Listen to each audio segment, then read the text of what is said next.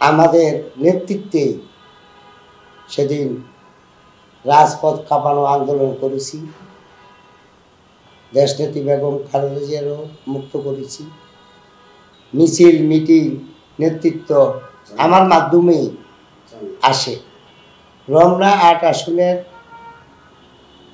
সাবেক সংসদ সদস্য ছিলেন তৎকালীন আমাদের জনাব মির্জা আব্বাস। ১/১১ ম্যাডামের যখন জেলে নেন মইনুল ফখরুল, তখন মির্জা আব্বাস আফরোজা আব্বাসকেও জেলখানায় ছিলেন। তৎকালীন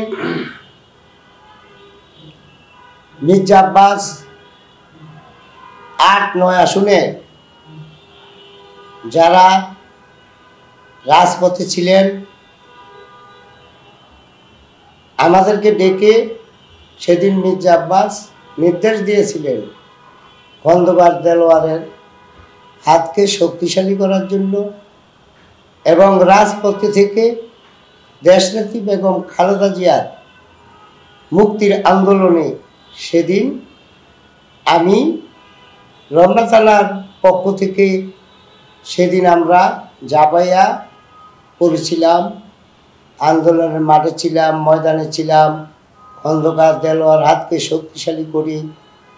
কিন্তু মির্জা আব্বাসের অনুসারী যারা ছিলেন তারাই সেদিন আন্দোলনে নেমেছিলেন, খন্দকার দেলোয়ার হাতকে শক্তিশালী করেছিলেন। তার ভিতরে রমনা আমি আমার সাথে তখন আমাদের সাবেক সেক্রেটারি সোরাব সাহেব সহ আমাদের নেতৃত্বে সেদিন রাজপথ কাঁপানো আন্দোলন করেছি, দেশনেত্রী বেগম খালেদা জিয়ারও মুক্ত করেছি। আমার একটা মতামত, আমরা যখনই দলের দুঃসময় বিপদ আসে তখনই আমাদের নেতৃত্বটা মিছিল মিটিং নেতৃত্ব আমার মাধ্যমেই আসে। আবার যখন দলের সুসময় আসে তখন আমাদের মহানগর যারাই দায়িত্বে ছিলেন তখন আমাদের মাঠের ত্যাগী নেতাকর্মীরা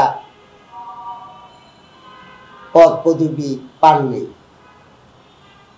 আমাদের ত্যাগী নেতারা মাঠে ময়দানে যারা ছিলেন, এটা আমিও আপনাদের সাথে একমত, তারা পদে আসতে পারে না। কী কারণে আসতে পারে না? আমাদের দলের ভিতরও কিছু একটি মহল কিছু আপনারা ত্যাগী নেতাদেরকে আসতে দেয় না। তো আমি এইবার আশা করব ঢাকা মহানগর দক্ষিণের যিনি আহ্বায়ক, তিনি রাজপথের একজন লড়াকু সৈনিক, তাই আমার ওনার কাছে আশা থাকবে এইটাই, এইবার ঢাকা মহানগর দক্ষিণ আর বিশেষ করে আমার রমনায়, এটা একটা বিএপি থানা, এখানে যারা মাঠে ময়দানে নাই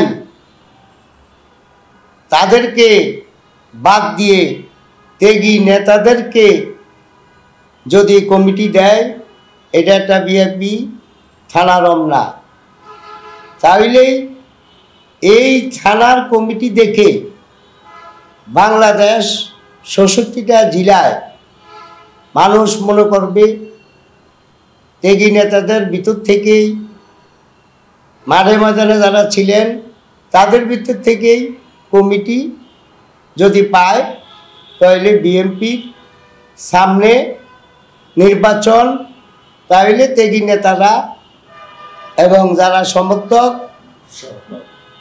তারা এই বিষয়টাকে তারা ত্যাগী নেতারা পাইলেই আমাদের জাতীয়তাবাদী দলের উপর থেকে নিচে পর্যন্ত সকলেই খুশি হবে।